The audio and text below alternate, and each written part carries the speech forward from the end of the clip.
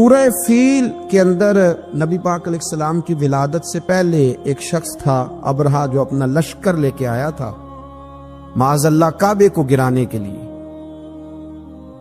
تو بڑے بڑے ہاتھی اس کے ساتھ تھے، تو اللہ تعالیٰ نے چھوٹے چھوٹے ابابیل بھیجے، ان کے منہوں میں کنکر تھے، انہوں نے وہ کنکر برسائے تو وہ ہاتھی مار گئے. اس صورت میں اس کا ذکر ہے الم تر کیف فعل ربک باصحاب الفیل. کیا آپ نے ملاحظہ نہیں کیا کہ آپ کے رب نے ہاتھی والوں کے ساتھ کیا سلوک کیا؟ حضور نے ہمیں اپنی سیرت نور سے ایک پیغام دیا ہے کہ دنیا میں تمہارے مکانات نہیں، تم نے یہاں رہنا ہے مسافروں کی طرح. تمہارے لیے نا عالی شان محلات اور تمہاری مرضی کی آسانیاں اور سہولتیں وہ ساری رب نے جنت میں تمہارے لیے تیار کی.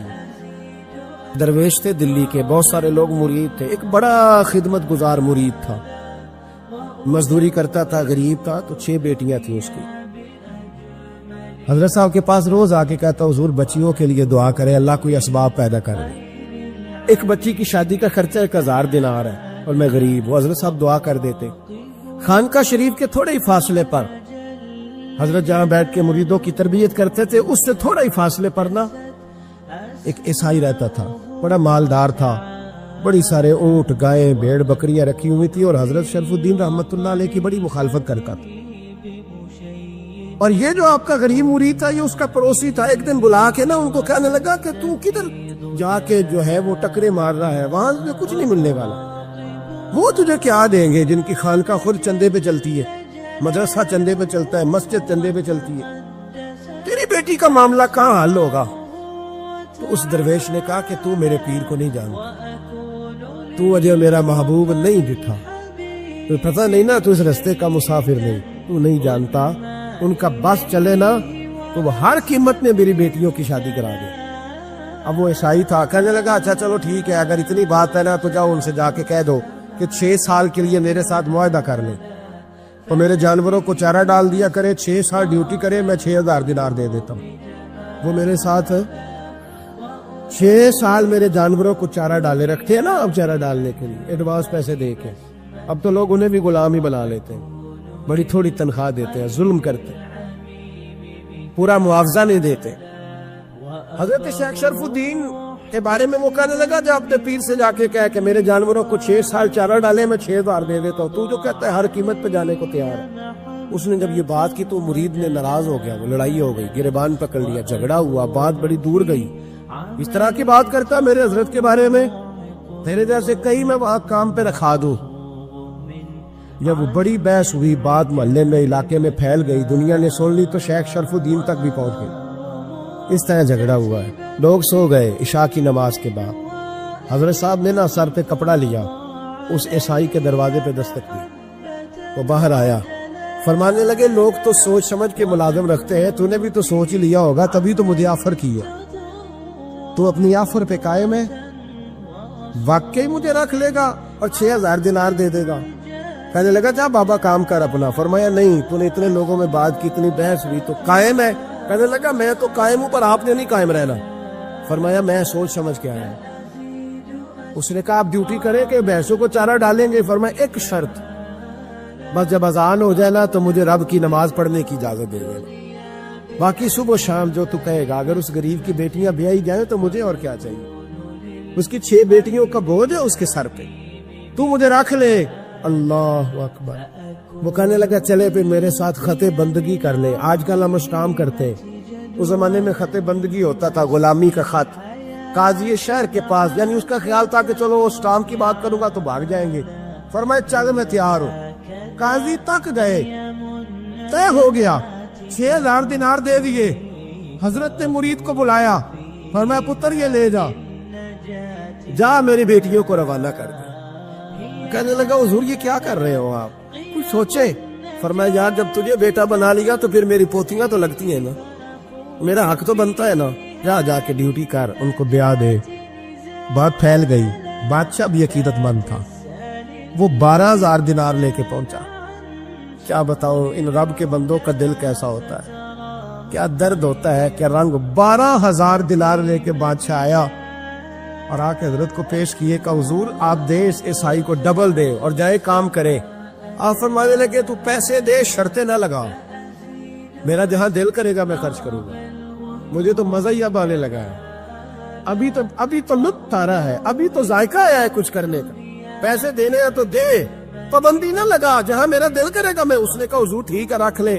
حضرت نے فجر مسجد میں پڑھی, جیب میں 12,000 دینار تھے. اعلان فرمایا بھی کسی اور کی بیٹی بھی بیٹھی ہے تو پیسے میرے پاس ہے. وہ 12,000 دینار بھی بانٹ دیا, اور 12,000 دینار بانٹ کے نا تو پھر چلے گئے کھیت میں چارہ کاٹنے. اس عیسائی کو کسی نے بتلایا کہ ان کے پاس تو 12,000 آیا ہے پر تجھ سے جان نہیں چھڑائی انہوں نے.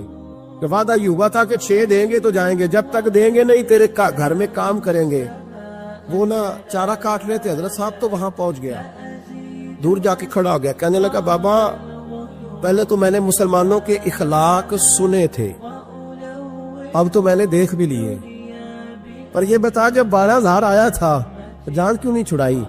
تو حضرت چارہ کاٹتے کاٹتے رو پڑے. فرمانے لگے تو نہیں نہ جانتا یہ بیٹیاں سانجی ہوتی ہیں, پتہ نہیں نا.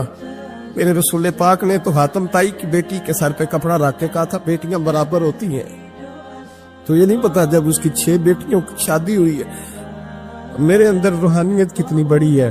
فرمایا پھر 12,000 آیا ہے تو 2-4 بچیاں پھر گئی ہیں. یہ نہیں پتا میں اندر سے راضی کتنا ہوں, میں تیری نوکری کرتا رہوں گا, پتہ نہیں اللہ کتنی بیٹیوں کو بیاہ دے گا. اتنا رویا وہ عیسائی کے پیروں میں بیٹھ گیا, کہنے لگا بابا میں نے تیری مخالفت کی ہے پر تیرے قریب آ کے پتہ چلا ہے تو بہت اونچے اخلاق کا مالک ہے, اور اگر تیرا یہ مقام ہے تو تجھے اخلاق سکھانے والے محمد عربی کی شان کتنی ہے. حضور نے ہمیں اپنی سیرت نور سے ایک پیغام دیا ہے کہ دنیا میں تمہارے مکانات نہیں, تم نے یہاں رہنا ہے مسافروں کی طرح. تمہارے لیے نا عالی شان محلات اور تمہاری مرضی کی آسانیاں اور سہولتیں وہ ساری رب نے جنت میں تمہارے لیے تیار کی. وہاں تمہیں من چاہی چیزیں ملیں, یہاں تم نے مسافروں کی طرح کن فی الدنیا کانک غریب و عابر سبیل, مسافر کی طرح راہ گیر کی طرح وقت گزارنا. آپ نے کبھی دیکھا ہے کہ بس اسٹاپ پہ جہاں بندے کھڑے ہو کہ بس کا انتظار کرتے ہیں, وہاں کبھی کسی بندے نے جگہ خرید لی ہو کہ یہاں اکثر کھڑے ہونا پڑتا ہے تو چلو جگہ تھوڑی خرید لیتے. خریدتا ہے کیوں؟ اسے پتا ہے کہ بس آئی تو میں نے چلے جانا ہے. پلیٹ فارم پہ, ریلوے اسٹیشن پہ کبھی کسی بندے نے جگہ خریدی ہے کہ یار اکثر آنا جانا پڑتا ہے تو چلو تھوڑی خرید لیتے ہیں, کبھی خریدی ہے؟ ایئرپورٹ پہ نا میں نے یہ دیکھا ہے کہ آپ اپنا بیگ رکھ کے ہینڈ کیری سامان رکھ کے آپ کسی کرسی پہ جائیں نا, اور آپ واش روم سے ہو کے یا کسی طبی حاجت سے ہو کے واپس آئیں تو وہاں کو بندہ اور بیٹھ گیا ہو تو بندے جھگڑا نہیں کرتے, چپ کر کے اپنا سامان اٹھاتے دوسری جگہ پہ. کیوں نہیں کرتے؟ ان کو پتہ ہے کہ فلائٹ آئی تو میں نے یہاں رٹا ڈالنے کی ضرورت کیا ہے. آپ نبی کریم علیہ السلام کی بات کو سمجھے. حضور نے فرمایا کہ تم نے یہاں مسافر کی طرح رہنا ہے. مسافر کو 2-2 مرلے کے لیے جھگڑے کھڑے کرتے ہیں, وہ کچھ 6-6 انچ کے لیے رٹے ڈالتے ہیں. ان کو تو پتا ہے کہ حضرت اسرائیل نے آنا ہے اور ہم نے چلے جانا ہے. اس لیے حضرت بلال حبشی رضی اللہ تعالیٰ عنہ بڑا عرصہ رہے مدینہ طیبہ, 10 سال رہے, انہوں نے کوئی مکان نہیں بنایا. ایک حجرے میں وقت گزر گیا, کو بتائے کہ شادی سے پہلے مولا علی شیر خدا کا مکان کہاں تھا, کو بتائے کوفے میں کتنی جائیدادیں بنائی انہوں نے, کہاں محلات تعمیر کیے ان لوگوں. ان کو پتا تھا حضرت عمر پر 80 دینار کا قرضہ تھا. انہیں پتا تھا کہ جب حضور آئے تھے نا معراج کی رات تو مجھے بتایا تھا کہ عمر میں تیرا محل دیکھ کے آیا ہوں. تو جب حضور دیکھ آئے تھے تو پھر انہوں نے یہاں بنایا. یہ نظریاتی بات ہے, اس کو آپ نے سمجھنا ہے. ہمارے ہاں یہ ابھی کرونا آیا نا, پینک پھیل گئی, ٹینشن ڈپریشن کے مریض بڑھ گئے. آپ نے ناراض نہیں ہونا, زیادہ تر وہ لوگ ٹینشن میں ہیں جو آسانیوں میں جینے والے تھے نا, کیونکہ بندے نے اتنی قیمتی کوٹھی بنائی ہو پھر چھوڑ کے مر جائے, دل نہیں کرتا مرنے. اتنے پیسے جمع کیے ہوں پھر چھوڑ کے کیسے مرے, دل ہی نہیں کرتا. وہ لوگ مسافر تھے جنہوں نے سامان باندھے ہوئے تھے, جب رب کا حکم آئے گا ہم حاضر ہو جائیں گے. اب یہ ٹینشن کیوں پھیلی؟ ٹینشن اس لیے پھیلی کہ ہم اسلامی نظریات کو نہیں سمجھتے. اور میرے بھائی وہ کسی اور کا عقیدہ ہے کہ مر جائیں گے تو فنا ہو جائیں گے, اور کا عقیدہ ہے. اور مجھ سے کچھ سوالات بھی ہوئے اس دوران. دیکھو قبر کھڈا بھی ہے، گھڑا بھی ہے، لیکن مجھے اپنی ڈائریکشن کا پتہ ہے، آپ کو بھی اپنی ڈائریکشن کا پتہ ہے. ہمیں کسی کی نا ایک خامی کا پتہ ہوتا ہے، اپنی تو ساری کا پتہ ہوتا ہے. لیکن وہ الگ بات ہے کہ اپنی خامیوں سمیت اپنے آپ سے پیار ہوتا ہے، اور کسی کی ایک خامی دیکھ کے بھی اس سے پیار نہیں رہتا. عزیز بھائی، ہمارا یہ مسئلہ ہے کہ اگر تو ڈائریکشن ہماری غلط ہے، کام ہم نے دوزخ والے شروع کیے ہوئے تو قبر کھڈا ہے، دوزخ کے گڑھوں میں سے گڑا ہے. لیکن اگر ڈائریکشن ٹھیک ہے، حلال حرام کی تمیز ہے، آنکھ پر، زبان پر، نفس پر کنٹرول ہے، پھر قبر کھڈا نہیں.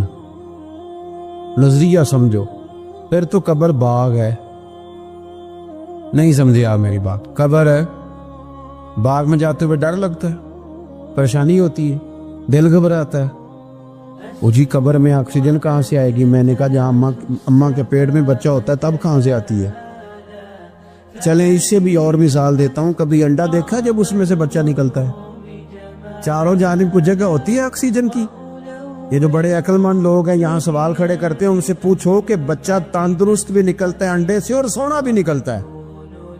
تو جس رب نے وہاں اسے سنبھال کے رکھا نا، پیاری جلد بنائی، وہ قبر میں بھی تیری بڑی حفاظت فرمائے گا، بڑی حفاظت فرمائے گا. بل بارد شاہ نہیں مردے جنہ کیتیاں نیک کمائیاں نے، نالے عرش فرش تے بانگا ملیاں، مکے پہ گیا شور.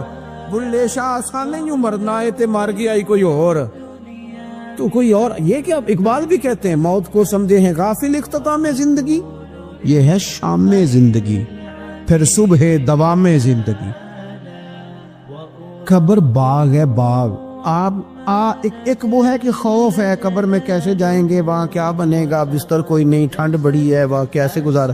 ایک یہ ہے کہ وہ باغ ہے. باغ بھی عام نہیں، روضۃ من ریاض الجنہ، جنت کے باغوں میں سے باغ. اور باغ عام نہیں جس کے نیچے نہریں رواں ہیں، اور باغ اتنی شانوں والا ہے کہ پہلی آنکھ کھلے گی تو زیارت چہرہ ودھا کی نصیب ہوگی. تیری سال حاضری ہوتی ہوں کوئی دانا ختم نبوت، دانا ختم نبوت. ہاں میری بات پر توجہ کر. جب آپ کا یہ نظریہ بن جاتا ہے نا کہ میرے لیے آگے بڑا کچھ ہے. جو لوگ یہاں سے گئے تھے نا سعودی عرب محنت مزدوری کرنے، انہوں نے وہاں مکان بنائے.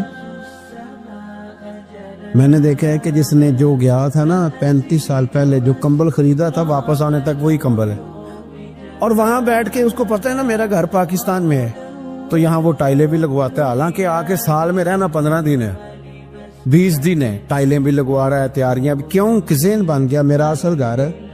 یہ حضور ہمیں سوچ دیتے ہیں کہ تمہارا اصل گھر جنت میں ہے. اسی پنجابی سے ایک لفظ بول رہے ہیں، تم کدے سوچیا بھی نہیں ہوئے گا، بولتے ہیں نا جی. اس کا معنی کیا ہے؟ کہ تیری سوچ سے، تیرے ادراک سے مابرا بات کر رہا ہوں. حضور کیا فرماتے ہیں؟ نبی پاک فرماتے ہیں تمہارے لیے رب نے جنت میں وہ نعمتیں تیار کی ہیں نہ کسی آنکھ نے دیکھی، نہ کسی کان نے سنی. اور فرمایا تمہارے دل پر خیال بھی نہیں گزرا ہوگا کہ اللہ یہ عظمت عطا فرمائے گا. اس کی طرف رغبت. یہ تو آپ آئے ہیں جاہل لوگ جو جنت کا مذاق اڑاتے. ہمارے بعض نعت خواں اللہ ماشاءاللہ، بعض ادیب، بعض شاعر، بعض واعظین وہ کہتے ہیں میں جنت ہوگا دی گل کرنا. اگا کتے جانا ہے تو یہی سارا کچھ ہے. جنت میں ہی اللہ کا قرب ملے گا اور یہی رسول اللہ کی زیارت بھی نصیب ہوگی. آگے کدھر جانا ہے تو نے؟ کون سی نئی جگہ بنا لی میاں تو نے؟ بات کو سمجھیں. اب حضور نے نظریہ دیا. حضرت عمر فاروق رضی اللہ تعالیٰ عنہ سرکار سے ملنے آئے. حضور نہ موٹے بان کی چارپائی پہ آرام فرما تھے. ہن تے پئی پنڈا چ بھی بیڈ نے، بان دیاں چار پئیاں کتھے رہ گئیاں؟ کی آکھی دا سی مونج دی منجی، بولو نا یار. مونج دی تے جیڑی جیز چ ملدی سی او دے بس پاوے رنگین ہوندے سن. انجے یہ اوہو، لیکن کمال تھی نا یار. مکان کچے بندے پکے، محبت گہری، پیار زیادہ. حضرت عمر آئے، اللہ کے رسول آرام فرماتے بوٹے باندھ کی چارپائی پہ، حضور حضرت عمر کے لیے اٹھے تو کمر پر نا یہ جو موٹے باندھ کی چارپائی ہوتی ہے اس کے نشان پڑ جاتے ہیں، اور ہم نے دیکھے اکثر بزرگوں کی کمروں پہ نشان ہوتے، اکثر دیکھے۔ سرکار اٹھے تو کپڑا مبارک ذرا ہٹا تو دیکھا کہ نشان پڑے ہوئے، تو حضرت عمر رو پڑے، دلیر آدمی تھے پر رو پڑے، حضور کی محبت میں روئے۔ عرض کی یا رسول اللہ، کیسر و کسرا تو دنیا میں بڑی آسانیوں میں ہیں اور آپ اللہ کے حبیب ہو کے وہ درد سے رو رہے ہیں، اخلاص سے بات کر، لیکن نبی کریم علیہ السلام ان کی سوچوں کو بدل رہے ہیں، انہیں نظریہ دے رہے ہیں۔ حضور فرمانے لگے عمر تم پسند نہیں کرتے کہ وہ دنیا میں تھوڑی آسانی لیں اور آخرت میں رسوا ہو جائیں، اور یہ پسند نہیں کرتے کہ ہم دنیا میں تھوڑی تکلیف برداشت کریں اور آخرت کی ساری سعادتیں اللہ ہمیں ہی عطا فرما دے۔ اس لیے حضور نے فقر کو پسند کیا، سادی روٹی کو پسند کیا، کچے مکان کو پسند کیا۔ جب آپ کا نظریہ یہ نہیں بنتا کہ میرے لیے آگے بڑا کچھ ہے، اتنی دیر تک انسان آخرت کی تیاری کا شوق پیدا نہیں کرتا۔ اگر یہ نظریہ بن جائے، وہ ملا رومی رحمت اللہ لکھا ہے کہ مصر میں ایک زمانے تک یہ طریقہ رہا کہ وہ سال کے نا آخری دن، سمجھ لیں ذی الحج کی 29 تاریخ کو دریا کے کنارے جاتے تھے، تو جو بندہ سب سے پہلے کشتی سے اترتا تھا نا اسے پکڑ کے بادشاہ بنا لیتے تھے۔ پورا سال اس کی بات مانتے تھے، لیکن سال گزرنے سے 2-3 دن پہلے اسے جنگل میں چھوڑ آتے تھے، بھیڑیے کھا جاتے تھے، کہتے تھے اگر زندہ رہا تو دوبارہ کرسی پہ بیٹھنے کی سازش کرے گا۔ اس کا بھی بڑا ذائقہ ہے نا، ایک دفعہ بندہ بن جائے تو پھر یہ چسکا جاتا بھی نہیں۔ تو ان کا یہ طریقہ تھا۔ ایک درویش بھی ایک دن، اسے کیا پتا تھا کہ یہ بادشاہ بنائیں گے، وہ اترا کشتی سے، انہوں نے پکڑ لیا، وہ کدھر لے کے جا رہے ہو؟ کہا تمہیں بادشاہ بنانا ہے۔ کہنے لگا مجھ سے تو پوچھ لو۔ انہوں نے کہا بادشاہ ہم جو بندہ آتا ہے نا ہمارا اصول ہے بادشاہ بنا لیتے ہیں۔ تو اس نے کہا ٹھیک ہے، بتاؤ بادشاہ کے ساتھ کیا کرتے ہو، کیا طریقہ؟ انہوں نے کہا جی سال آپ کی بات مانیں گے۔ اور میں سال کے بعد کہنے لگے وہ جنگل ہے اس میں چھوڑ آئیں گے۔ کہنے لگا ایک تو 2 وعدے کرو، ایک تو تم جو میں کہوں گا سارا سال مانو گے، اور دوسرا اسی جنگل میں چھوڑو گے، کسی اور میں تو نہیں پھر چھوڑا ہوگے؟ انہوں نے کہا اسی میں چھوڑیں گے۔ اس نے بیٹھتے ہی پہلا حکم یہ دیا کہ اس جنگل سے ساری جھاڑیاں کاٹ دو۔ دوسرا حکم یہ دیا، اب جھاڑیاں کٹ رہی تھی تو درندے ویسے ہی بھاگ گئے جنگل سے۔ پھر اس نے کہا کہ یہاں ذرا لگا کے نا اچھی طریقے سے حالت، تو ذرا پھول اگاؤ، کھیتیاں اگاؤ۔ وہ پورا سال وہ باغ سنوارتا رہا۔ اب لوگوں نے وعدہ کر لیا تھا وہی چھوڑ کے آئیں گے۔ سال کا آخر ہوا تو پہلے بادشاہوں کو لے جائیں، وہ بیٹھتے تھے نا کرسیوں پہ تو غافل ہو جاتے تھے اور چکروں میں پڑ جاتے تھے۔ معاذ اللہ کہتے تھے یہ گزارو نا تو پھر آخری دن دیکھا جائے گا۔ معاذ اللہ جو آج ہماری سوچیں بن گئی۔ اب آخری دن جب جنگل میں لے کے جاتے تھے تو تڑپتے تھے، نہ لے کے جاؤ نہ لے کے جاؤ، لیکن اس نے چونکہ سارا سال محنت کی تھی نا وہاں جانے کے لیے، اس کو جب لے کے جا رہے تھے تو کہہ رہا تھا اجلونی، ذرا جلدی نہیں لے جاتے، ذرا جلدی نہیں لے جاتے۔ اور پھر رومی فرماتے کچھ بندے دنیا میں رہتے ہیں، دنیا میں جیتے ہیں، لوگوں کے ساتھ وقت گزارتے ہیں، لیکن موقع ملا ہوتا ہے نا اپنی قبر کو باغ بناتے رہتے ہیں، پھول لگاتے رہتے ہیں۔ اور یار کتنی لمبی راتیں ہیں، جو ان راتوں میں بھی تہجد نہ پڑھے اس نے کب پڑھنی ہے؟ جو ابھی بھی، اور دروازہ صبح کھٹک گیا تو پھر بھی تو اٹھنا ہے کہ نہیں؟ بولو خدا نہ کرے کوئی بیمار ہو گیا تو سحری میں اٹھنا پڑے گا کہ نہیں؟ بہتر نہیں رب کی رضا کے لیے اٹھ جائیں؟ اٹھے نا 5 بجے، آدھا گھنٹہ نفل پڑھیں، پھر فجر ہو جائے گی، پھر اس کے بعد فجر کی فرائض کی تیاری کریں۔ دنیا میں رہ کے جو بندہ اپنی وہاں کے مارتا رہے گا نا بچھو قبر کے، انشاءاللہ جب وہ دنیا سے جائے گا نا تو حضرت باجید بستامی کی طرح ہنستا مسکراتا ہی دنیا سے جائے گا، پھر ہنستا مسکراتا ہی دنیا سے جائے گا۔ اور اعلیٰ حضرت بریلوی کہتے ہیں ہم تو لحد میں عشق رخ شاہ کا داغ لے کے چلے، اندھیری رات سنی تھی تو چراغ لے کے چلے، اپنی اس فکر کا اظہار کریں۔ بات ختم کرتا ہوں۔ ایک خاتون نے آ کے عرض کیا تھا، بخاری شریف میں موجود ہے، یا رسول اللہ میں مرگی کی مریض ہوں۔ تو سرکار نے فرمایا کہ کیا چاہتی ہے؟ عرض کی حضور چاہتی ہوں میرے لیے دعا کر دے، اللہ شفا دے دے۔ حضور سب کے لیے دعائیں کرتے تھے، پر آج پتہ کیا فرمایا؟ فرمایا اگر تو چاہے تو دعا کر دیتا ہوں، شفا ہو جائے گی، اور اگر کرے صبر۔ مانا کیا ہے؟ مرغی کے ساتھ ہی گزارا کرے تو پھر میں دعا کروں گا رب تجھے جنت عطا فرمائے گا۔ اب ذہن بن گیا تھا نا کہ آخرت ٹھیک ہونی چاہیے، نظریہ بن گیا تھا، تو وہ خاتون فوراً کہنے لگی یا رسول اللہ آپ دعا کر دیں رب مجھے جنت ہی عطا کرے۔ کیا کہہ رہی ہے بھلا؟ وہ کہہ رہی ہے میں مرغی کے ساتھ ہی گزارا کر لوں، تھوڑی سی تو زندگی ہے، جی لوں گی مرغی کے ساتھ ہی۔ سرکار نے دعا کر دی، عرض کرنے لگی یا رسول اللہ صلی اللہ علیہ وسلم جب مرغی ہوتی ہے تو جسم سے کپڑا ہٹ جاتا ہے، عورت ہو تو حیا آتی ہے۔ تو محبوب نے دعا کر دی۔ لوگ کہتے ہیں جتنی مرضی مرغی ہوتی تھی کپڑے جسم پہ قائم رہتے تھے۔ بڑا لمبا وہ خاتون حیات رہیں، باہر سے کوئی آتا تھا تو صحابہ پوچھتے تھے جنتی عورت دیکھنی ہے؟ اس بوڑھی کی زیارت کرو، اسے دنیا میں حضور نے جنت کی بشارت عطا فرمائی۔ اپنی زندگی کے اندر دو باتیں میں نے آج جو حضور نے ہمیں سکھائی ہیں وہ آج اس اجتماع میں آپ کی خدمت میں عرض کی ہیں۔ دو، ایک تو بھروسہ اللہ پہ کرنا ہے، کچھ چیزیں رب پہ چھوڑ کے دیکھیں کرم ہو جائے گا، اور دوسری بات یہ کہ رہیں دنیا میں لیکن تیاری آخرت کی کریں۔ اصل گھر یہ میاں محمد بخش صاحب رحمۃ اللہ علیہ کو ایک بندہ لے گیا ٹانگے پہ بٹھا کے اپنے گھر، بڑی دیر سے کہہ رہا تھا حضور دعوت قبول کر لیں، تو وہ رستے سارے بتاتا گیا، یہ زمین بھی میری ہے، یہ بھی میری ہے، یہ بھی میری ہے، یہ بھی میری ہے، تو بتاتا گیا۔ اللہ والوں پہ دولتوں کا اثر کوئی نہیں ہوتا، تو وہ نا جب وہ زیادہ ہی اوور ہو گیا، زیادہ ہی کہانیاں سنائی، وہ بھی خوہ ساڈا تے وہ بھی میل ساڈی ہوتی ہے نا طبیعت، تو میاں صاحب رحمۃ اللہ علیہ کہنے لگے بیلیا بس کر، اے تیر تو پہلا کی دی سی؟ اس نے کہا جی فلانے کی۔ فرمانے لگے تیرے بعد کس کی ہوگی؟ وہ چپ کر گیا تو فرمانے لگے دانش منداں دا کم ناہی دل دنیا تے لانا، اس ووٹی تے لکھ خامد کیتے تے جو کیتا سو کھانا۔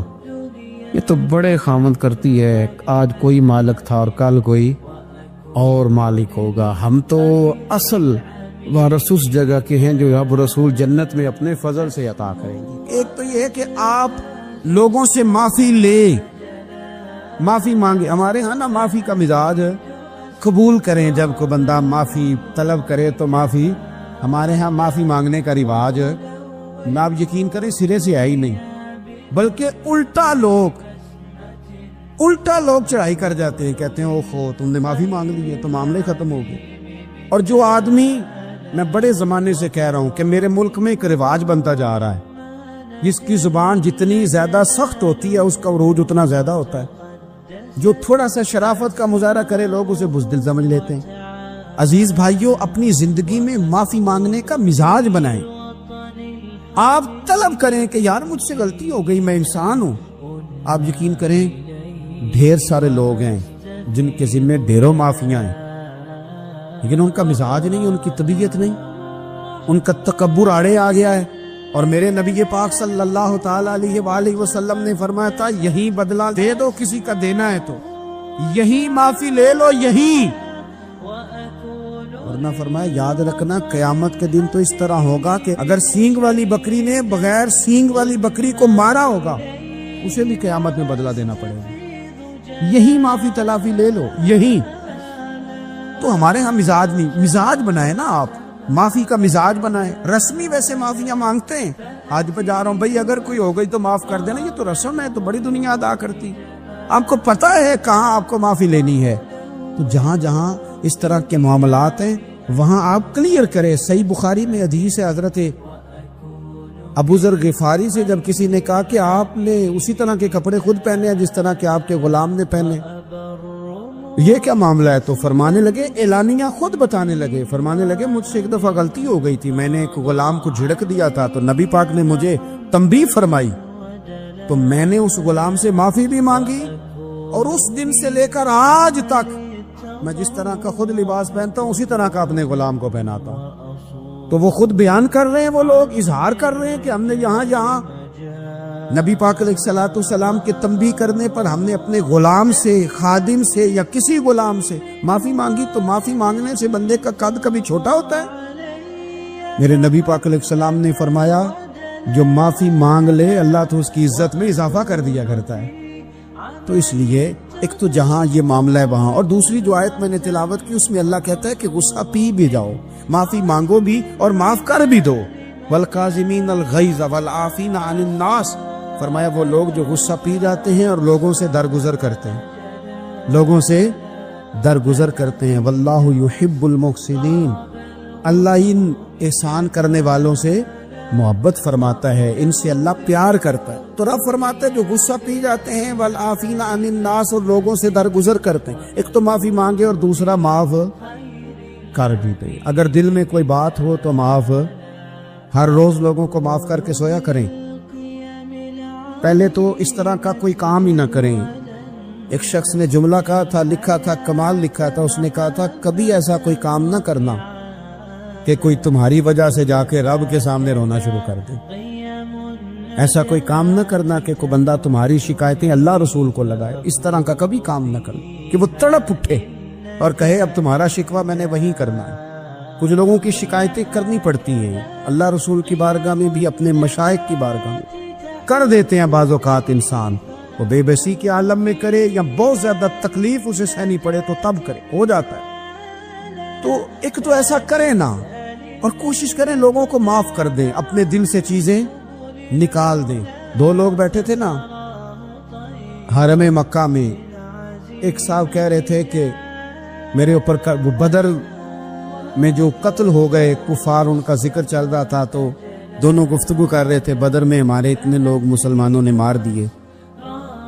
تو ایک ان میں کہنے لگے کہ اگر میرے اوپر قرض نہ ہوتا اور میرے چھوٹے چھوٹے بچے نہ ہوتے تو میں تو تلوار لے کے جاتا اور مدینہ شریف جا کے معاذ اللہ بدلہ لے آتا۔ دوسرا کہنے لگا میں دیتا ہوں نا تیرے بچوں کا خرچہ بھی، اور میں تیرا قرضہ بھی اتارتا ہوں، تو جا۔ اس نے کہا پکی بات ہے؟ کہا ہاں، قرضہ بھی میں اتار دوں گا، تیرے بچوں کا خرچ بھی اٹھاؤں گا، تو جا۔ اس نے خنجر تیار کیا، تلوار تیار کی، گھوڑے پہ بیٹھا، گلے میں وہ تلوار اس نے اپنے ڈالی اور مدینہ شریف آ گیا۔ اتفاق کی بات یہ کہ ملاقات حضرت عمر سے ہوئی۔ جناب عمر کہنے لگے مجھے تیری نیت ٹھیک نہیں لگتی، پکڑا کدھر آئے ہو؟ کہنے لگا میں تو بدر کے قیدیوں کے بارے میں بات کرنے آیا۔ فرمایا تلوار لے کے؟ تلوار لے کے؟ چل تجھے حضور کے پاس لے کے جاتا ہوں۔ نبی کریم کی بارگاہ میں لے گئے تو حضور فرمانے لگے کیسے آئے ہو؟ کیسے آنا ہوا؟ کہنے لگے جی میں تو بدر کے جو قیدی آپ کے پاس ہیں ان کی بات کرنے آیا تھا۔ تو حضور فرمانے لگے چل پھر باقی کی میں سناؤں۔ خیال آیا مسلمان نیک و بد پہچان جاتے ہیں، محمد آدمی کے دل کی باتیں جان جاتے ہیں صلی اللہ تعالی علیہ وسلم۔ فرمایا میں سناؤں؟ حضور کیا؟ فرمایا تم اور فلاں بن فلاں وہاں بیٹھے ہوئے تھے نا حرم مکہ میں، فلاں پہاڑ کے ساتھ ٹیک لگا کے، اور تم نے یہ کہا تھا نا کہ قرضہ نہ ہوتا، بچے چھوٹے نہ ہوتے تو بدر کے مقتولین کا میں بدلہ لیتا۔ یہ سارا کچھ طے کر کے پھر آئے ہو تلوار لے کے، اور یہاں کہتے ہو میں قیدیوں کے بارے میں بات کرنے آیا تھا۔ اس کے تو پسینے چھوٹ گئے، وہ تو بے حال ہو گیا۔ اس نے کہا اس کا تو سوائے اس کے اور میرے کسی کو نہیں پتا، اور اگر آپ کو پتا چل گیا ہے تو پھر آپ اللہ کے سچے رسول ہیں۔ تو حضور اگر آپ کو پتا چل گیا ہے کہ میں قتل کرنے کے ارادے سے آیا ہوں، میں معاذ اللہ بدلہ لینے آیا ہوں، اللہ کرے آپ کو سمجھ آئے میری بات کی۔ یعنی ایک تو یہ ہے کہ بندہ وہ پکڑا گیا ہے، اور ایک یہ کہ کسی کو پتا چل گیا ہے کہ یہ اس کام آیا ہے۔ پھر لوگ جب معافی دیتے ہیں تو بڑی کہانیاں سنا کے دیتے ہیں، ایسے نہیں دیتے۔ حضور اب آپ کو پتا چل گیا ہے تو کیا کریں گے؟ تو حضور فرمانے لگے تو بتانا تیرے ساتھ کیا کریں۔ اس نے کہا کہ میں نے سنا ہے آپ معاف بڑا کر دیتے ہیں، یعنی یہ گھر سے کو پیار کرنے نہیں آیا، پھولوں کا گلدستہ لے کے نہیں آیا، تلوار لے کے آیا ہے، لیکن یہ میرے محبوب کا حوصلہ ہے، اور آیا بھی این مسلمانوں کے بیچ ہے، جو چاہیں اس کے ساتھ کر سکتے ہیں۔ اس نے کہا معاف کر دے، تو حضور نے فرمایا جا میں نے معاف کیا۔ حضور نے معاف کیا۔ وہ کہتا حضور معاف کر رہے تھے اور رب میرے دل میں ایمان کو تازگی عطا فرما رہا تھا۔ حضور نے معاف کیا اور میں نے کلمہ پڑھنا شروع کر دیا۔ ہم معافی نہیں دیتے، کبھی کبھی صلح تو کر لیتے ہیں، صلح ہو جاتی ہے، پنچایت میں صلح ہو گئی، پھر لڑائی ہوئی، پھر بات شروع سے شروع ہو گئی، کیونکہ ہم نے معافی پھر وہ بات شروع ہو گئی 1955 سے، تو وہ بھی آکھیا سی، تو اے بھی کیتا سی، وہ بننے والی گل یاد ہی، او بس کر یار، کچھ بھولیں بھی تو۔ بچے پتہ کیوں خوش رہتے ہیں؟ آپ کو پتہ ہے بچے کیوں خوش رہتے ہیں؟ بچوں کو بات بھول جاتی ہے، اس لیے بچے، اماں نے ادھر 2 تھپڑ مارے 3-4 منٹ پہلے، اور اگلے 5 منٹ میں اماں نے پھر ماتھے کا بوسہ لیا تو بھول گئی بات۔ اللہ کرے کوئی تھوڑے تھوڑے بچے بھی بن جائیں، یہ جو بہتے سیانے ہیں نا، ان کا بھی اللہ ہی حافظ ہے، عقل زیادہ آ گئی ہے نا۔ اس لیے اقبال جیسے لوگوں نے کہا تھا، خیرت کی گتھیاں سلجھا چکا ہوں، یا رب مجھے صاحب جنوں کر دے، صاحب جنوں کر دے، صاحب اللہ کوئی تھوڑا سا مجھے مجنون بھی بنا، یہ زیادہ عقل تو کسی کام کی رہی نہیں، پاگل کر دی، پاگل کر دی۔ بہت سارے لوگ ایسے ہیں زیادہ سمجھدار ہوتے ہیں، لہذا معافی دینے کو تیار ہے، معافی دیں۔ جب کوئی معافی کا مطالبہ کرے تو اسے معافی، سب سے مشکل کام ہوتا ہے لمبی لسٹ والے دشمن کو معاف کرنا۔ لسٹ جس کی لمبی ہو نا غلطیوں کی، ایک آدھ غلطی تو معافی ہو جاتی ہے۔ کچھ لوگوں کی لسٹ بھی بڑے، کچھ عادی مجرم بھی ہوتے ہیں، لسٹ لمبی ہوتی ہے، ان کو معافی دینا بھی تھوڑا سا مشکل ہوتا ہے۔ لیکن کمال بھی یہ ہے کہ جس کی لسٹ لمبی ہو اسے یک جنبش قلم بندہ معاف کر دے، کو چھٹی ہو گئی، جا تجھے معاف کیا۔ اور یہ ہمیں کیوں کرنا چاہیے کہ میرا رب بھی ایسے کرتا ہے۔ اعلیٰ حضرت فاضل بریلوی رحمۃ اللہ علیہ کی بات ہو رہی تھی۔ اعلیٰ حضرت رحمۃ اللہ تعالی علیہ نے ایک جگہ پہ لکھا ہے، آپ فرماتے ہیں کہ پڑوسی کے گھر تو کھانا وہ لینے جائے جس کے اپنے گھر نہ پکا ہوا، اور کسی سے مشورہ تو وہ مانگے جس کو اپنے گھر میں نہ ملتا ہو۔ فرماتے ہیں مسلمان تو غیروں کے طریقے پہ تب چلیں جب نبی پاک نے ہر چیز بتائی نہ ہو، اور جب محبوب نے سارا کچھ بتا دیا ہے، سارا کچھ۔ بچہ پیدا ہوگا تو آپ اس کا عقیقہ کریں گے، اس کے سر کے بال اتروانا اور ان کی وزن کے مطابق چاندی کو خیرات کرنا، 7ویں دن نام رکھنا، یہ ساری چیزیں حضور نے بتلائی۔ اس کے کان میں اذان دینا، اس کو میرے نبی پاک علیہ السلام نے فرمایا، فرشتے 950 سال میرے عمر کی شان بیان کریں تو ختم نہیں ہو سکتی۔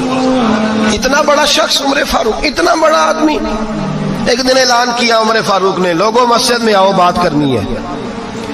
امیر المومنین کا پیغام ہے، سارے مسجد میں آ جائیں۔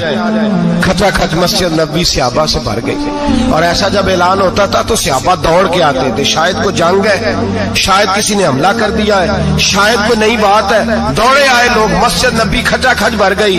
سیدنا فاروق اعظم رضی اللہ تعالیٰ عنہ ممبر پہ بیٹھے، حضرت عبد الرحمن ابن عوف رضی اللہ تعالیٰ عنہ فرماتے ہیں کہ صحابہ تجسس کے دیکھ رہے ہیں کہ پتہ نہیں کسی طرف سے پیغام نہیں آ گیا، کوئی کافر حملہ نہیں کرنے لگا، اللہ جانے کیا ہوا ہے، بڑی پریشانی ہے۔ عمر بیٹھے، اللہ کی حمد کی، نبی پاک صلی اللہ علیہ وسلم پر درود پڑھا، اور پھر عمر فاروق بولے، فرمانے لگے میں جب مکے میں رہتا تھا نا تو کبھی گھر میں قحط آ جاتا تھا، کبھی قحط آتا تھا گھر میں، بکریوں کے دودھ خشک ہو جاتے تھے، گندم نہیں ملتی تھی، پانی نہیں ہوتا تھا، تو فرمایا میری اماں مجھے خالہ کے گھر بھیج دیتی تھی۔ قبیلہ بنو مخزوم، اس قبیلے میں میری خالہ کی شادی ہوئی تھی تو وہ مالدار لوگ تھے، ان کے پاس زیادہ بکریاں، زیادہ اونٹ، زیادہ گائے، زیادہ کھیت تھے۔ حضرت عمر فاروق فرمانے لگے میں ان کے گھر جاتا تو میرے خالو سمجھ جاتے کہ عمر کو اس لیے بھیجا گیا ہے کہ قحط آ گیا ہے۔ فرماتے ہیں وہ مجھے سویرے بکریاں چرانے لے جاتے، شام تک میں ان کی بکریاں چراتا ہوں۔ امیر المومنین عمر، ایک طرف مسئلہ یہ ہے کہ کیسر و کسرا کی دیواریں ہل رہی ہیں عمر کے نعروں سے، اور ادھر عمر منبر پہ بیٹھ کے خطبے دے رہے ہیں۔ فرماتے ہیں میں بکریاں چراتا، شام تک خالہ کے گھر جا کے مزدوری کرتا، اور فرماتے ہیں شام ہوتی تو ایک مٹھی کشمش مجھے دیتے وہ۔ آپ فرماتے ہیں میں بڑے قد والا تھا، ایک مٹھی کشمش ملتی ہے، کبھی ایک مٹھی کھجوریں، میں شام کو کھا کے سو جاتا۔ کئی مہینے یوں ہی گزرتے تو میری اماں کا پیغام آتا کہ حالات صحیح ہو گیا، میرے بیٹے کو بھیج دو۔ یہ بات کہی، حضرت عمر رونے لگے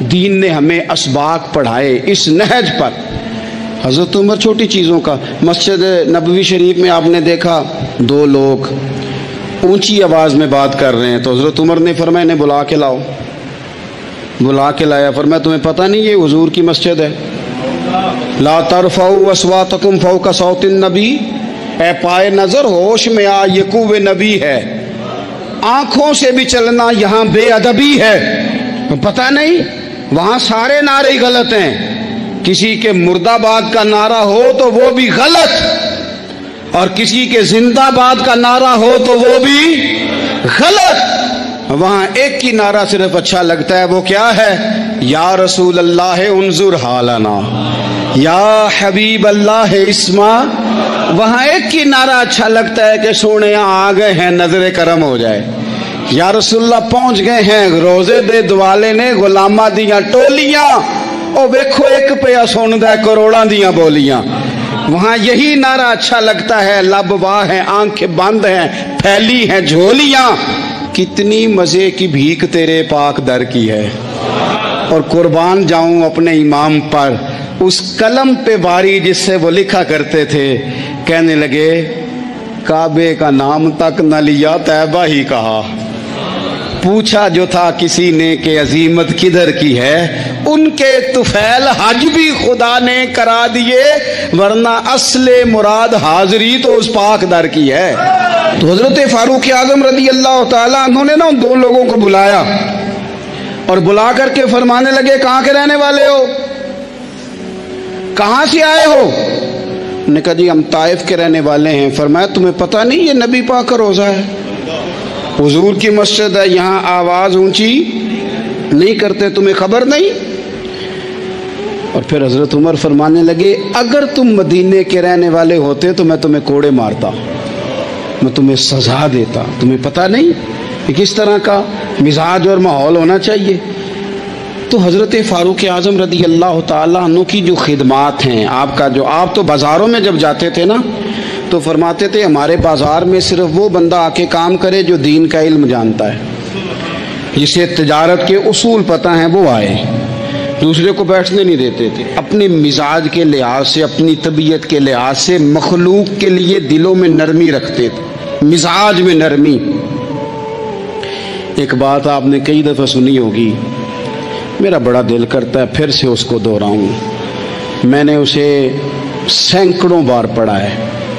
جب طبیعت پوری بے چین ہوتی ہے اور اپنی ذمہ داریوں کا احساس کرنے کو دل کرتا ہے نا، تو پھر خیال آتا ہے کہ ہم بھی پڑھیں ذرا ان چیزوں کو، بار بار پڑھتا ہوں تاکہ احساس ذمہ داری پیدا ہو۔ آپ کے غلام اسلم فرماتے ہیں رات کو میں اور جناب عمر نکلے تھے تو ایک مکان میں ہم نے دیکھا کہ ایک عورت نے نا، اس کے بچے بار بار شور کر رہے ہیں اور وہ کچھ پکا رہی ہے، آواز آ رہی ہے۔ تو حضرت عمر نے دروازے پہ دستک دی، کون ہے دروازے پہ؟ کہا میں ایک غلام ہوں۔ حضرت عمر کہتے ہیں غلام ہوں، بہن کیا مسئلہ ہے، بچے کیوں رو رہے ہیں؟ تو بی بی کہنے لگی تمہیں کیوں بتاؤں، جاؤ نا اپنا کام کرو۔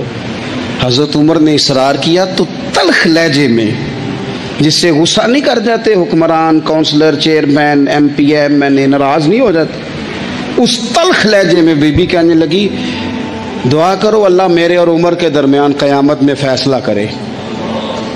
کیسا حکمران ہے کہ اس کی حکومت میں میرے بچے بھوکے سوتے ہیں، یہ میں نے پانی میں روڑے ڈال کے چڑھائے ہیں، لیکن یہ پیٹ کی بھوک یہ بڑی ڈاڈی ہوتی ہے، یہ نیند بھی نہیں آنے دیتی۔ خیال تھا رو دو کے سو جائیں گے پر سو بھی نہیں رہے۔ حضرت فاروق اعظم دوڑے گئے، گھر سے سامان، اناج، غلہ کندھے پہ رکھا۔ خادم کہتے ہیں میں نے کہا کہ مجھے دے دیں، فرمانے لگے چل تو وعدہ کرنا قیامت میں بھی میرے بوجھ اٹھائے گا۔ کہ حضور نہیں، وہ تو میرے بس کی بات نہیں۔ فرمایا پھر مجھے کرنے دے۔ دوڑے آئے، اس خاتون کے دروازے پر لا کے وہ چیزیں رکھی، کہا بہن اگر تو پردہ کر لے تو یہ غلام نہ آج کھانا پکا دے تیرے بچوں۔ پھر وہ گھی چڑھا کے، چینی ڈال کے، کچھ سامان پکتا تھا وہ کھانا پکایا۔ غلام کہتے ہیں جب پھونکے مارتے تھے تو داڑھی سے دھواں نکلتا تھا، آگ جلاتے تھے دھواں نکلتا، پھر کھانا پکایا، پھر ان بچوں کو کھلایا۔ پھر حضرت عمر فاروق رضی اللہ تعالیٰ عنہ نا تھوڑے پیچھے بیٹھ گئے تو بچوں کے ساتھ اس طرح کی باتیں کرنے لگے کہ وہ ہنس پڑے. جناب اسلم کہتے بچے اس بیوہ کے ہنستے تھے، بچے ہنستے تھے اور عمر روتے تھے. جب وہ ہنستے تھے تو فاروق روتے تھے. پھر وہ بچے آہستہ آہستہ لیٹنے لگے اور جب وہ سونے کی طرف بڑھنے لگے تو حضرت عمر کہنے لگے بہن میں جاؤں؟ کہنے لگی رب تیرا بھلا کرے، میرا کلیجہ پھٹ جاتا اگر میرے بچوں کو آج شام بھی روٹی نہ ملتی. تو سیدنا فاروق اعظم رضی اللہ تعالیٰ عنہ کہنے لگے پھر تو میرے لیے دعا کرے گی؟ کہنے لگی میں دعا کرتی ہوں اللہ عمر کی جگہ تیرے جیسا کو نیک آدمی بٹھا دے. تو حضرت عمر کہنے لگے ایک چھوٹی سی گزارش بھی مان لو گی؟ کا کیا؟ فرمانے لگے کوئی یہ میری خدمت اگر پسند آئی ہے تو عمر کو معاف نہیں کر دیتی؟ غلطی ہو گئی، اسے پتہ نہیں تھا. اپنے منہ سے کہنے لگے سیاںا بھی نہیں، باشعور بھی نہیں، اسے چاہیے تھا خلافت کی ذمہ داریاں نہ لیتا. لیکن حضرت صدیق نے کہا تو وہ مان گیا، لیکن بہن میں اسے جانتا ہوں، بزدل بڑا ہے، کمزور بڑا ہے، ضعیف بڑا ہے. اگر تو قیامت میں اس کی شکایت لگائے گی تو بڑا کمزور پڑ جائے گا، اس کے لیے مشکل ہو جائے گا. تو کہنے لگی اچھا اگر تو اتنی سفارش کرتا ہے تو جا، میں نے عمر کو معاف کیا. حضرت فاروق اعظم نے چہرے سے کپڑا ہٹایا تو بی بی کہنے لگی اوہو آپ عمر ہیں؟ تو آپ فرمانے لگے میں جو بھی ہوں تو وعدہ کر چکی ہے کہ تو نے عمر کو معاف کیا. پھر باہر نکلے اور اپنے خادم جناب اسلم سے کہنے لگے 2 بندے اور بلا اور انہیں گواہ بنا کہ میں نے اس غریب کے روتے بچے ہنسائے ہیں. تو جا کے ان کو بتا میں نے وہ ہنسائے ہیں، اس کے بھوکے بچوں کو میں نے روٹی کھلائی ہے. اور تو گواہ ہو جا کہ اس بی بی نے خود کہا ہے بغیر جبر کے، میری گزارش پہ کہا ہے کہ میں نے عمر کو معاف کی. کیوں نہ ہم بھی اپنی اپنی ذمہ داریوں کا احساس کر لیں، کیوں نہ ہم بھی جہاں جہاں ہماری ڈیوٹی ہے ہم بھی وہاں غور کر لیں. کہیں ایسا تو نہیں کہ ہم بھی کمزور پڑ گئے ہیں، ذمہ داری تو لے لی ہے پر اب ہم ادا نہیں کر پا رہے. ایک صحابی تھے حضرت جناب سیدنا خفاف بن ایما غفاری رضی اللہ تعالیٰ.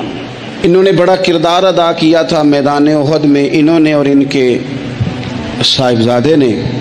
تو ان کی بیٹی ایک دن حضرت عمر کے پاس آئی. اب وہ بیٹی بیاہ کے جا چکی تھی، اس کی شادی ہو گئی تھی. حضرت خفاف بن ایما رضی اللہ تعالیٰ عنہ کی صاحبزادی اپنے سسرال چلی گئی تھی، وہاں اس کا خامد انتقال کر گیا. وہ خاتون واپس آ گئی، وہ حضرت عمر سے ملی، بیوہ عورت. اس بیوہ خاتون نے آ کے یہاں تو میرے بھائی وہ فوجی بیچارے جن کی بیویاں. حضرت ابو مالک رضی اللہ تعالیٰ عنہ کہتے ہیں میں عمر کے پیچھے پیچھے ایک باغ میں گیا، اکثر اس باغ میں جایا کرتے تھے. اور عمر جا کے نا تو درخت کے نیچے بیٹھ گئے اور فرمانے لگے وہ امیر المومنین اللہ سے ڈر جا، ورنہ جس رب نے حکومت دی ہے وہ عذاب بھی بڑا دے گا.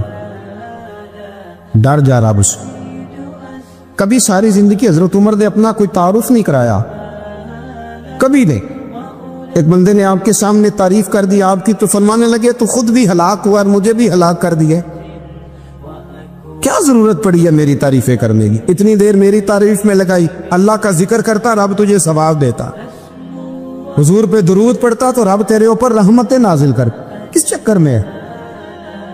آج جتنا اچھی کوئی خوش آمد کرے اتنی اچھی وزارت ملتی ہے، جتنی اچھی اس کو جو ہے وہ چاپلوسی کرنی آیا درجہ بھی اسے اتنا ہی اچھا ملتا ہے. حضرت عمر فاروق رضی اللہ تعالیٰ عنہ آپ کے بیٹے کہتے ہیں، صاحب فتوح الشام نے لکھا ہے، آپ کے صاحبزادے کہتے ہیں میں نکلا تو میرے ابا جی نا اپنی پشت پر مشکیزہ رکھ کے کنویں سے پانی بھر کے آ رہے. میں دوڑ کے آگے گیا، میں نے کہا ابا جی مجھے دے دے. فرمانے لگے بیٹا تیرا کیا خیال ہے؟ کوئی اور نہیں تھا مشکیزہ بھر کے لانے کے لیے؟ تیرا کیا خیال ہے؟ کہا ابا جی بڑے لوگ تھے پر آپ کیوں اٹھا رہے ہیں؟ فرمانے لگے نفس نا ذرا میرا بڑا ہو گیا تھا، اسے ذرا ذلیل کر رہا ہوں، ذرا اپنا محاسبہ کر رہا ہوں، یہ مجھے کہہ رہا تھا تو بڑی چیز ہے، تو میں نا ابھی مشکیزہ گھر رکھ کے آؤں گا، پھر تیری ماں نے مجھے کہا ہے کہ گھر میں لکڑیاں کوئی نہیں جلانے کے، پھر میں جنگل سے لکڑیاں کاٹ کے لاؤں گا۔ اب میں امیر المومنین بن کے نا تو میرا نفس تھوڑا بڑا ہو گیا۔ حضرت خفاف بن ایما کی صاحبزادی بیوہ ہو کے آ گئی، بچے ساتھ تھے، سرے راہ جناب عمر سے ملی اور مل کے کہنے لگی حضور میں اس صحابی کی بیٹی ہوں جنہوں نے احد والے دن اپنے بیٹے کے ساتھ مل کے معاشرہ کیا تھا، بچے میرے یتیم ہو گئے ہیں، میں بیوہ ہوں۔ حضرت فاروق اعظم رضی اللہ تعالیٰ عنہ نے فہرست نہیں مانگی، خرچے کی ڈیٹیل نہیں مانگی، تم آنا فلانے سے ملنا، پرسوں 9 بجے آ جانا دفتر، یہ کوئی بات نہیں کی۔ حضرت عمر غور سے کھڑے، اس بیٹی کی بات سنی، چھم چھم سیدنا فاروق کی آنکھوں سے آنسو گرے، دوڑ کے گھر گئے، ایک اونٹ نکالا، وہاں سے مال غنیمت کا مال کے بھر کے 2 بوریاں، اور بوریوں میں کیا تھا؟ چاندی بھی تھی، نقدی پیسے بھی تھے، کچھ ضرورت کا سامان بھی تھا، غلہ بھی تھا، 2 بوریاں بھر کے اونٹ پہ رکھ کے خود لگام اس بیٹی کے ہاتھ میں تھما کے کا پتر سامان بھی تیرا ہے، اونٹ بھی تیرا ہے، اور یہ نہ سمجھنا یہی کچھ تجھے دیا ہے، جب یہ ختم ہوگا تو رب تیرے لیے اور بندوبست فرمائے گا۔ کیا مانا؟ کہ ڈیوٹیاں لگا دی گئی ہیں، ہمیں پتہ ہے یہ سامان کب تک ختم ہو جائے گا، پیسے کب تک ختم ہو جائیں گے، تیرے لیے میں نے نئے حکم بھی جاری کر دیے ہیں۔ ایک شخص نے کہا حضور ایک بیوہ کو آپ نے کچھ زیادہ ہی نہیں دے دیا؟ یہاں لوگ سیاسی تقسیم نہیں کرتے، تھوڑا کام والے کو دے دو، تھوڑا چوکیدار کو دے دو، تھوڑا گلی محلے میں دے دو، تھوڑا رشتہ داروں میں دے دو، سب ہمارے احسان کے نیچے رہیں گے۔ کہا ایک ہی خاتون کو آپ نے اتنا نہیں دے دیا؟ تو حضرت عمر ناراض ہو گئے، فرمانے لگے تجھے تیری ماں روئے، میری نظروں میں آج بھی وہ جلوہ موجود ہے جب اس کا باپ اور بھائی میدان احد میں کافروں کے خلاف لڑائی کر رہے تھے، آج تک میری نظر میں موجود ہے۔ تو کہتا ہے میں نے زیادہ دے دیا؟ اولاد کسے نہیں پیاری ہوتی؟ بچوں کو دیکھ دیکھ کے بندہ کلیجہ ٹھنڈا کرتا ہے، اولاد کو دیکھ دیکھ کے آنکھوں کو سکون ہوتا ہے، انسان کی طبیعت شاش بشاش ہوتی ہے۔ حضرت عمر وظیفہ لگانے لگے تو حضور کے گھر میں خدمت کرنے والے حضرت اسامہ بن زید کا وظیفہ ڈبل لگایا، اور اپنے بیٹے عبداللہ ابن عمر کا وظیفہ سنگل لگایا۔ تو حضرت اسامہ بن زید کہنے لگے ابا جی میں نے تو ہجرت بھی کی، جہاد بھی کیا، اسامہ تو ان دنوں بچے تھے۔ تو حضرت سیدنا عمر فاروق جواب میں کہنے لگے پتر اسامہ کے والد زید نے بھی حضور کے گھر میں نوکری کی، اسامہ بھی نوکری کر رہا ہے۔ حضرت عمر کی شان کیا ہے زمانہ جانتا ہے، پر پھر بھی حضرت عمر فرمانے لگے تو نے اپنے باپ کے ساتھ ہجرت کی، فرمایا ان کی خدمت زیادہ ہے حضور کے گھر میں، لہذا ان کا وظیفہ بھی زیادہ لگایا جائے گا۔ چادریں آئی تھی مال غنیمت میں، ڈھیر ساری چادریں، ڈھیر ساری۔ حضرت عمر نے صحابہ کرام علیہم رضوان کی ازواج پر، صحابیات پر وہ چادریں تقسیم کر دی۔ ایک چادر بڑی خوبصورت نکلی اندر سے، تو سب کہنے لگے حضور یہ نا خاتون اول کے لیے سوٹ کرے گی، آپ کی اہلیہ کے لیے سوٹ کرے گی، کبھی آپ گھر لے جائیں نا، یہ سب سے بہتر ہے۔ تو یہ حضرت عمر کی بالغ نظری ہے، وہ کیا بندہ ہوا جس کی ہر جگہ نظر ہی نہ ہو۔ حضرت سیدنا عمر فاروق رضی اللہ تعالیٰ عنہ کہا جناب یہ چادر بڑی حسین ہے، آپ کے گھر والوں پہ جچے گی۔ تو حضرت عمر فرمانے لگے نہیں، ایک صحابیہ ہیں حضرت ام سلیت رضی اللہ تعالیٰ عنہ، انہیں بلاؤ، یہ چادر انہیں دوں گا۔ حضور اس خاتون کو یہ چادر دینے کی وجہ بھی تو بیان کریں۔ تو حضرت عمر فرمانے لگے جب احد میں ڈھیر سارے لوگ زخمی ہو گئے تھے اور بھگدڑ مچ گئی تھی اور حالات خراب ہو گئے تھے، تو فرمایا میں نے اپنی آنکھوں سے دیکھا کہ اس ایمرجنسی کی حالت میں بھی جناب ام سلیت مشکیزہ پکڑ پکڑ کے زخمیوں کو پانی پلا رہی تھی۔ اس خاتون کی خدمات ہیں امت کے لیے، اس نے ڈیوٹی کی ہے صحابہ کے لیے، لہذا اس عورت کا زیادہ حق بنتا ہے کہ اس کو یہ اعزاز دیا جائے۔ میرٹ کی بنیاد پر تقسیم ہوگی، رشتہ داری کی بنیاد پر، تعلق کی بنیاد پر نہیں ہوگی۔ اس کا حق زیادہ بنتا ہے، اس کا درجہ زیادہ بنتا ہے، خدمات زیادہ ہیں، اس نے اپنی ڈیوٹی زیادہ اچھے طریقے سے سر انجام دی ہے۔ جب تک چیزیں آپ وسعت قلبی نہیں لاتے اپنی طبیعت میں، جب تک آپ گنجائش زیادہ پیدا نہیں کرتے، اتنی دیر تک حالات اس طرح کے نہیں ہوتے۔ پھر ایک اور مصیبت بن گئی ہے، وہ مصیبت ہے لیول کی۔ یہ کام میرے لیول کا نہیں۔ جب آپ اپنے لیول سے نیچے اتریں گے، پروٹوکول سے ذرا نیچے اتریں گے اور چھوٹی چھوٹی باتوں پر خود توجہ دیں گے، چھوٹی چھوٹی چیزوں پر۔ حضرت عمر جمعہ پڑھا رہے تھے، ایک صحابی دیر سے آئے۔ اب یہ نماز کا پوچھنا، جمعے کا پوچھنا، مطلب حکمران صاحب تو اوپر لیول کے ہیں، وہ تو پوچھیں گے کہ جناب میرے ساتھ تو آپ قومی سطح کا بندہ بٹھائیں، یہ والی باتیں۔ لیکن چھوٹے چھوٹے سوراخ پیدا ہوتے ہیں، پھر بند ٹوٹتے ہیں، حالات بگڑتے ہیں۔ قوموں کا اخلاق چھوٹی چھوٹی جگہوں پہ پہلے بگڑتا ہے، چھوٹی چھوٹی جگہوں پہ۔ بچہ پہلے چھوٹی چوریاں کرتا ہے، خدا معاف فرمائے اگر اسے روکا نہ جائے، پھر وہ بڑی جگہوں پہ جا کے حالات خراب کرتا ہے۔ حضرت عمر فاروق ایک صحابی دیر سے جمعہ پڑھنے آئے تو حضرت عمر نے بعد میں بلا لیا، فرمایا تم اتنے سمجھدار آدمی ہو کہ اگر جمعے میں دیر سے آؤ گے تو باقی لوگوں کا کیا بنے گا؟ تو صحابی آگے سے کہنے لگے مجھے پتا تھا آپ نے پوچھنا ہے، او میں تو کہیں کام میں مصروف تھا امیر المومنین، میں تو دوڑا آیا ہوں، میں تو غسل بھی نہیں کر سکا، وضو کر کے مسجد میں آ گیا جمعہ پڑھنے۔ تو عمر فاروق ان کی بات سن کے خوش ہوئے، فرمانے لگے رب تیرا بھلا کرے، اس طرح کرنا، آئندہ جمعہ پڑھنے آنا تو غسل کر کے آنا، میرے نبی پاک نے غسل کرنے کا ارشاد فرمایا جمعے والے دن، غسل کر کے آنا۔ ان باتوں کا بھی یعنی حکومت کے قومی معاملات اور عالمی نقطہ نظر بھی ان کے ذہن میں ہے، اور یہاں تک جو باریک چیزیں یعنی حضرت عمر فاروق گزر رہے تھے تو کسی باغ کے کونے میں کھڑے ہو کے کچھ بچے چھوٹے چھوٹے بچے وہ کھجوریں اکٹھی کر رہے تھے، تو حضرت عمر نے کہا کس کے باغ میں لگے ہوئے ہو؟ سب بچے دوڑ گئے، تو حضرت سنان بن سلمہ فرماتے میں بھی چھوٹا تھا، میں کھڑا ہو گیا تو میں نے کہا حضور ہم نے توڑ کے نہیں کھجوریں کھائیں، گری ہوئی کھائی ہیں، اور آپ کو پتہ ہے جو رستے میں گر جائیں وہ اٹھانی ناجائز نہیں ہوتی، تو حضور یہ گری ہوئی کھجوریں کھائی ہیں۔ تو کہتے ہیں حضرت عمر فاروق بچے کی بات سن کے کہنے لگے رب تیرا بھلا کرے، تو نے صحیح بات کی طرف میری توجہ کرا دی ہے، اللہ تیرا بھلا کرے۔ اور پھر حضرت عمر رضی اللہ تعالیٰ عنہ اس چھوٹے سے بچے کے پاس کھڑے ہو گئے۔ کون؟ کس کے پاس؟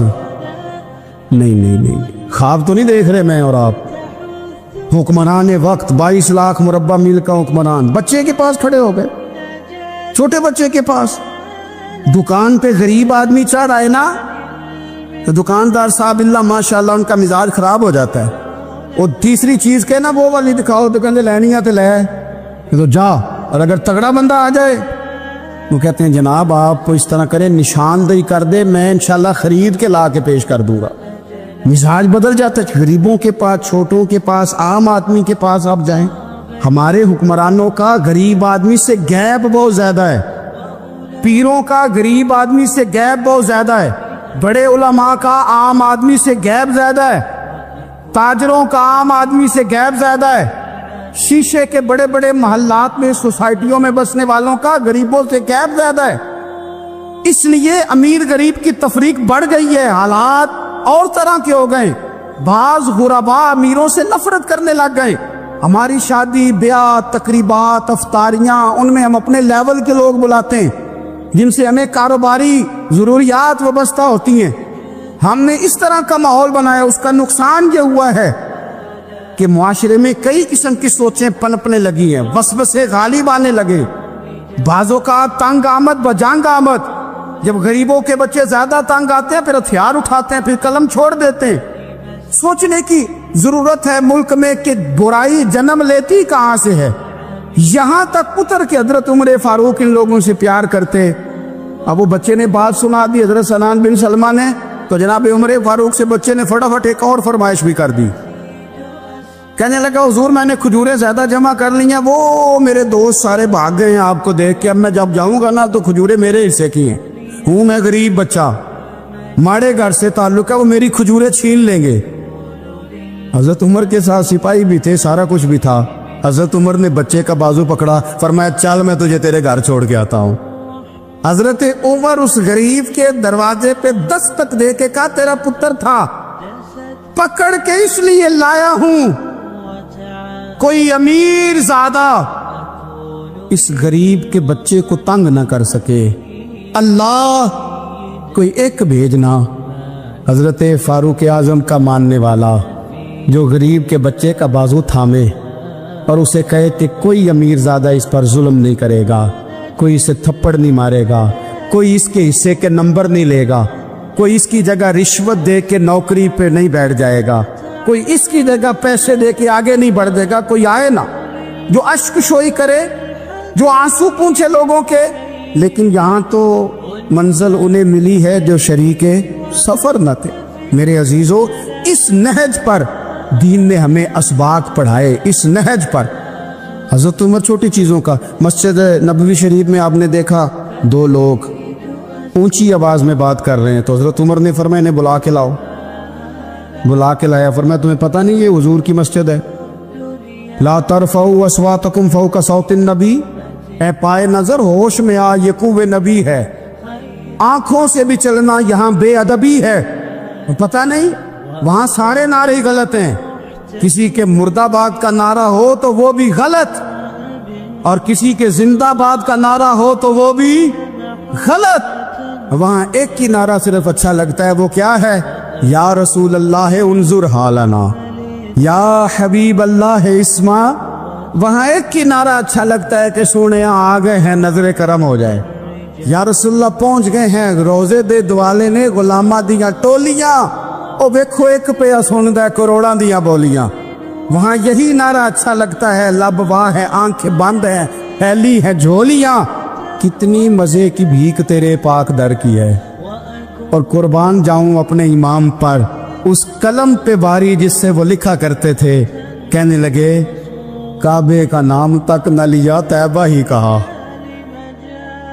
پوچھا جو تھا کسی نے کہ عظیمت کدھر کی ہے، ان کے طفیل حج بھی خدا نے کرا دیے، ورنہ اصل مراد حاضری تو اس پاک در کی ہے۔ حضرت فاروق اعظم رضی اللہ تعالیٰ عنہ نے نا ان دو لوگوں کو بلایا اور بلا کر کے فرمانے لگے کہاں کے رہنے والے ہو، کہاں سے آئے ہو؟ انہوں نے کہا جی ہم طائف کے رہنے والے ہیں۔ فرمایا تمہیں پتہ نہیں یہ نبی پاک کا روزہ ہے، حضور کی مسجد ہے، یہاں آواز اونچی نہیں کرتے، تمہیں خبر نہیں؟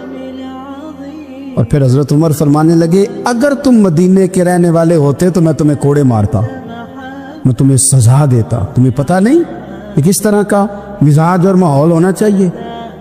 تو حضرت فاروق اعظم رضی اللہ تعالیٰ عنہ کی جو خدمات ہیں، آپ کا جو آپ تو بازاروں میں جب جاتے تھے نا تو فرماتے تھے ہمارے بازار میں صرف وہ بندہ آ کے کام کرے جو دین کا علم جانتا ہے، جسے تجارت کے اصول پتہ ہیں، وہ آئے، دوسرے کو بیٹھنے نہیں دیتے تھے۔ اپنے مزاج کے لحاظ سے، اپنی طبیعت کے لحاظ سے مخلوق کے لیے دلوں میں نرمی رکھتے تھے، مزاج میں نرمی۔